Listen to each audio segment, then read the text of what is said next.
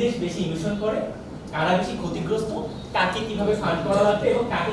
So স্যাররা যখন মিটিংয়ে এই নেগোসিয়েশনগুলোয় থাকেন আর কি, আমরা ওইভাবেই কাজ করি। আমাদের এখন চিন্তা যে অলরেডি গভর্নমেন্ট কাছে যে ফান্ডটা আছে বা এই সিএসওর কাছে যে ফান্ড কি কি পরিবর্তন হচ্ছে, কিভাবে চেঞ্জ হচ্ছে, তাপমাত্রা কেন বাড়ছে, এই জায়গা নিয়ে অ্যাডাপ্টেশন বা সলিউশনটা ঠিকমতো সাস্টেইনেবল হচ্ছে না।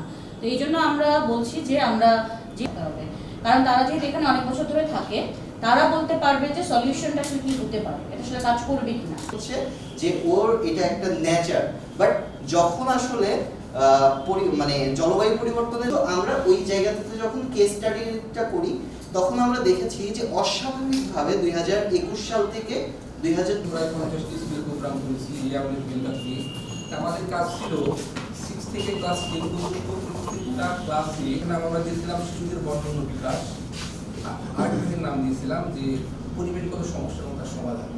কাছে চলে যাব, উনি ফাউন্ডার শিক্ষক বাংলাদেশ এবং একজন ইউথ যে কুষ্টিয়া থেকে দীর্ঘদিন প্ল্যানিং আমরা দেখলাম। আমার মনে হয় যে এটা একটা বড় সুন্দর একটা যাচ্ছে, যেখানে ওয়েদারের মধ্যে অক্সিজেনের পরিমাণ কত আছে, সেখানে অন্যান্য গ্যাসের পরিমাণ কত।